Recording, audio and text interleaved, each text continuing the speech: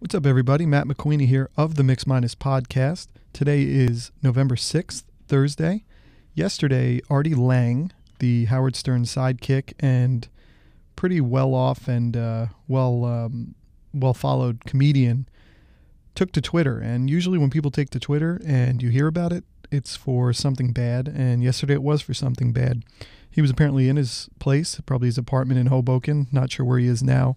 I'm a Howard Stern fan, but ever since he left the show, he's been a little bit more difficult to follow, and you can only spread yourself so thin against all the different mediums. And he left the Howard Stern show really in ignominy because he, shortly after his last episode, which was not planned, he tried to commit suicide.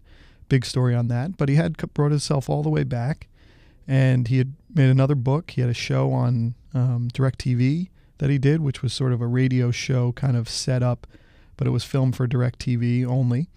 And that was from the remnants of a show he had with another comedian, Nick DiPaolo, and I think it was all about sports.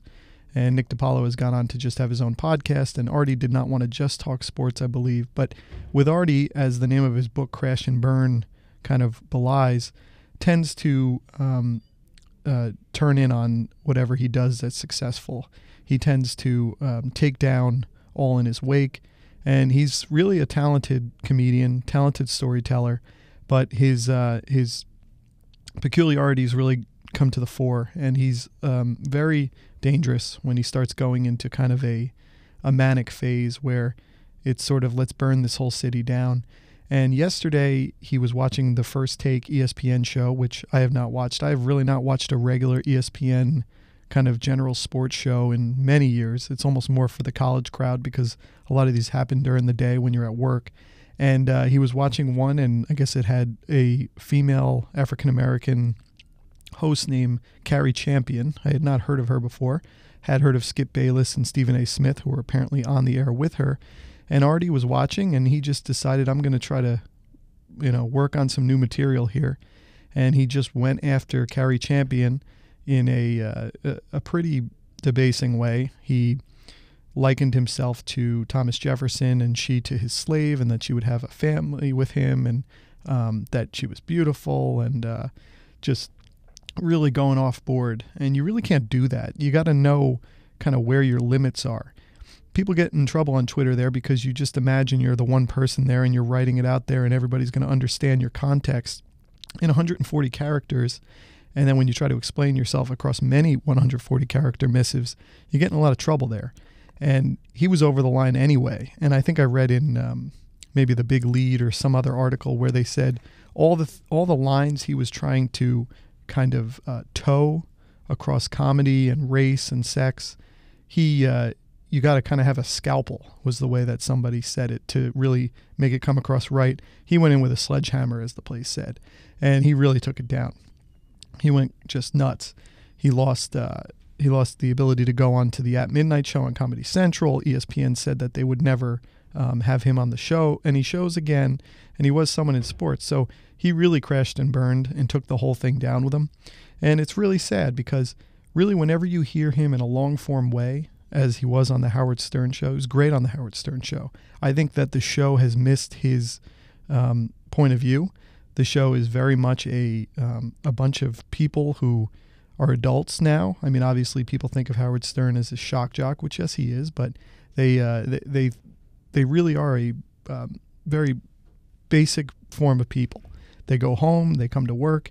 There's not a lot of the crazy Vegas style shenanigans going on anymore, and Artie really brought that. He was kind of their exposure to that world.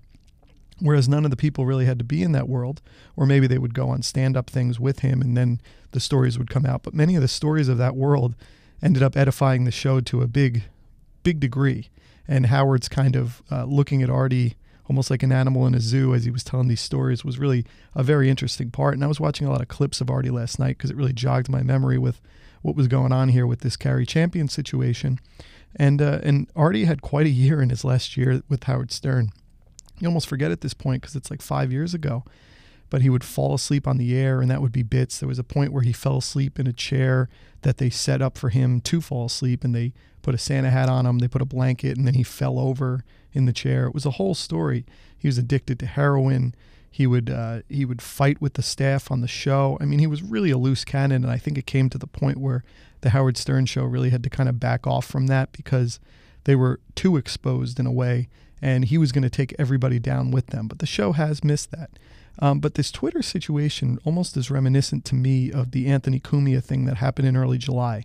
Now, Anthony Cumia was in the real world taking pictures of New York scenery sometime after midnight in the very early hours of the morning, I believe on July 2nd.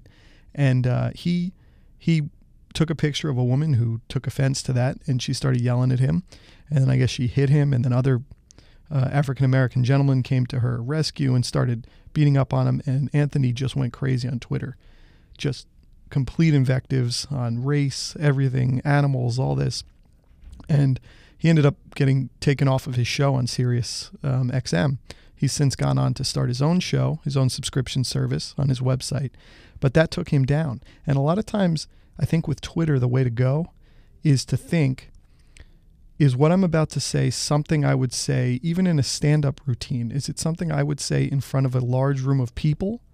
And is it something I would say to the person that I'm about to say it about? Because many people in the comedy realm understand that they're all in on the comedy, you know, the whole roast mentality, going after different jokes. Cari Champion was not in on that. And so to go after her the way he did, and even to @mention her in the Twitter tweets, was really crossing the line.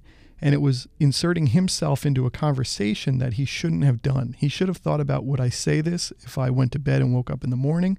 Would I say this in front of a room at a stand-up comedy gig? Would I say this to Cari Champion in person? Do I have any relationship with her? Which he did not. He was kind of fishing for comedy by using her.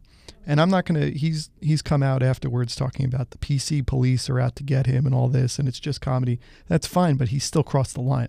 There were things I found, unfortunately, that were funny in it, but if she were in on the joke, then it would have been okay in a way. He went after someone who had no connection with him just because he was watching her on TV, and Twitter really allows us to do this. It allows us to engage with the world and anybody in it in any way at any time.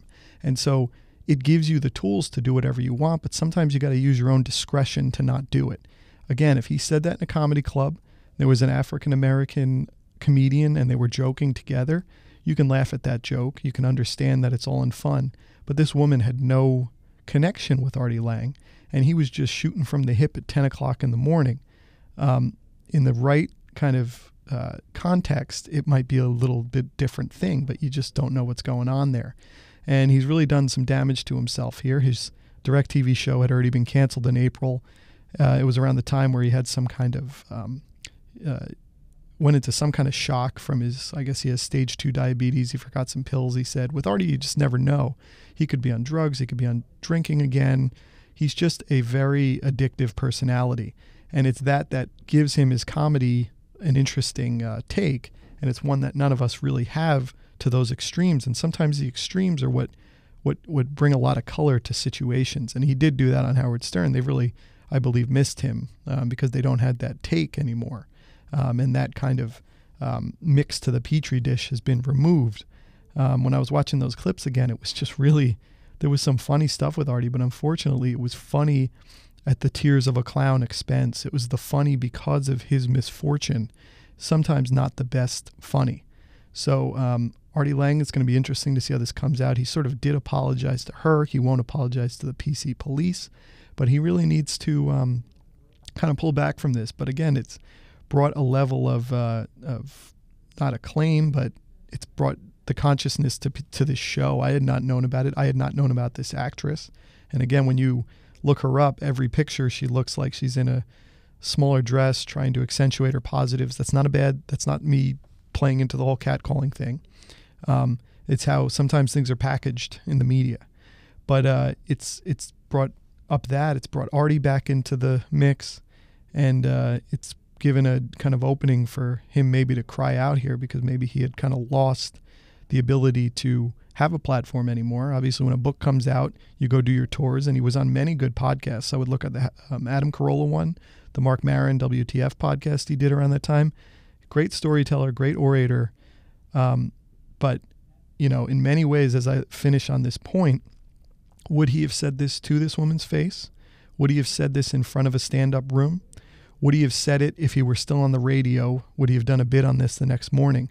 Probably not. You had to be in the moment for him to come the next day and go, so I was watching this ESPN First Take show yesterday morning at 10 a.m. and I thought to myself, man, I'd love to be Thomas Jefferson and this be my slave. It would just be out of context. The only moment you really had to do this was in the moment the show was on. But in the moment the show was on, you couldn't do it because your only connection to it was that the TV was on and that they happened to be on at that time. But you had no connection. You had no pre-planned kind of bit with them. And so I think in general it was the complete wrong thing for him to do. Forget the comedy aspect. I think Artie should not have done it. So we'll kind of leave it there. This was Matt McQueenie of the Mixed Minus Podcast. Thank you very much.